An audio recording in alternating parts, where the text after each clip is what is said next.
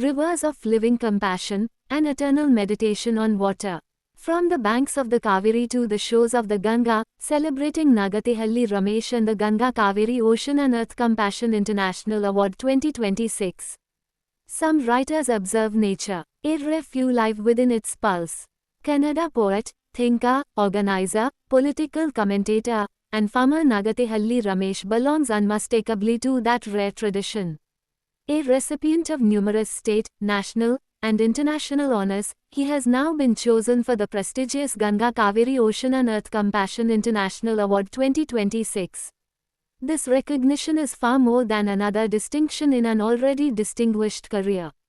It is a profound affirmation of a life devoted to humanity, ecological consciousness, cultural harmony, and the sacred relationship between all living beings and the earth. Where rivers become destiny. The symbolism surrounding this award is striking. The Ganga and the Kaveri are not merely rivers. They are among the great life arteries of India, sustaining farms, nurturing communities, shaping civilizations, and carrying centuries of spiritual memory. The Ganga is born in the icy heights of Gangotri and journeys to the Bay of Bengal. The Kaveri rises at Talakaveri in the western Ghats and eventually reaches the very same sea. Though their origins are separated by geography, climate, and landscape, their destinies converge in one ocean. There is a beautiful parallel here. Born in the land of the Kaveri, Nagathihalli Ramesh now travels to distant West Bengal to receive an honor inspired by rivers, oceans, the earth, and compassion. Just as the rivers meet in the sea, the poet's journey finds recognition on another shore. In that moment, the cultural dignity and literary richness of Karnataka travel with him. Supported by the Government of India and the Government of West Bengal, and jointly organized by the United Journalists Forum, Ananda Bahar, and the Universal Soul Tree Foundation, the award recognizes outstanding contributions to environmental protection, ecological awareness, humanitarian service, cultural harmony, and responsibility toward a sustainable planet. The organizers describe the award as one inspired by the civilizations of the sacred Ganga and Kaveri, symbolizing environmental unity, ecological responsibility, and compassion toward all forms of life.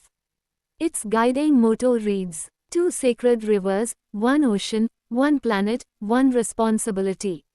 Few contemporary writers embody that vision as naturally as Nagathihalli Ramesh, a poet rooted in earth and water. The concerns of rivers, oceans, lakes, forests, rain, and soil are not intellectual subjects for Ramesh. They are lived realities. His imagination is deeply rooted in the rhythms of agriculture and rural life. The earth is not merely a setting in his poetry, it is a living presence. Significantly, his very first poetry collection was titled Sea and Rain. Hope remains one of the enduring foundations of his worldview. He repeatedly reminds readers that life must be faced with courage and possibility. Yet throughout his poetry, water remains the central metaphor. Even in poems about his mother, he envisions her through images of flowing water. "You are the queen of blue mountains. Waterfalls descend from your forehead to your feet. Between you and me has grown an ocean of memory. Through rain, I run toward you, like a river rushing to the sea." Elsewhere he asks, "What is the final song of a river embracing the ocean? When shall we unravel the mystery that the sea stands taller than the Himalayas?" In another memorable poem, Joke Beware, he laments the disappearance of rivers beneath layers of sand. Beneath the hanging bridge, under the sand and soil, the river's footprints have vanished. Stones wait for rain, rocks wait for rain. Who has seen the wounds spread across the reddened body of the river? Who has witnessed the tears of the fish swimming in its depths? In the lake, he reminds us, a lake is never merely a lake. It is the eye of a villager's life. It is not merely water. It is a treasury of civilization. In dew on the blade of grass, a tiny dewdrop becomes a universe. In the eyes of a dewdrop, resting upon a blade of grass, beneath the Himalayas, the entire Himalayas stand reflected. If the Himalayas are a temple, the dewdrop is its revelation. And in search of the divine light, a child touches flowing water and instantly withdraws its hand in wonder, as though water itself were a sacred mystery. The moment becomes a blessing bestowed by existence itself. His poetry repeatedly warns us. Creatures unable to see water are swept away by it. Birds never build nests in the sky, yet now they have begun to fear the earth itself. Thus, his poems become more than literary works. They are ecological meditations, moral reflections, and enduring prayers for the future of life on earth. Ganga Kaveri, the conscience of a civilization. Perhaps nowhere is Ramesh's vision more powerfully expressed than in his recent poem Ganga Kaveri. The poem opens in a landscape where the breath of ancient sages still drifts through mist-filled valleys. The rivers become rosaries of flowing water, silently counting the virtues and sins of countless generations. The stones along their banks still carry the warmth of history. The rivers are not merely bodies of water. They are the pulse that sprouts within a farmer's cracked palm, the breath of grain born from tears of sowing, the final lamp of hope burning inside a hungry child's stomach. Empires have vanished along their banks. Kings and kingdoms have crumbled like rain-soaked mud forts beneath the feet of time.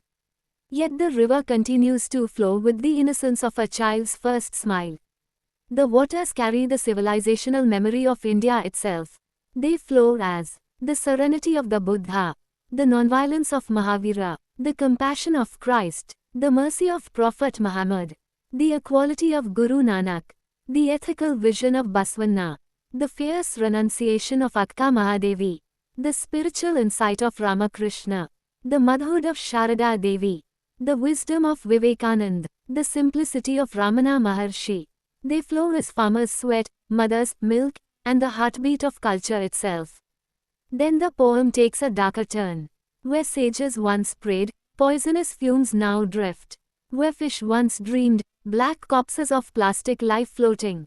Waters that once washed the feet of gods now carry industrial waste. The poet asks, who is writing darkness upon the bodies of these rivers?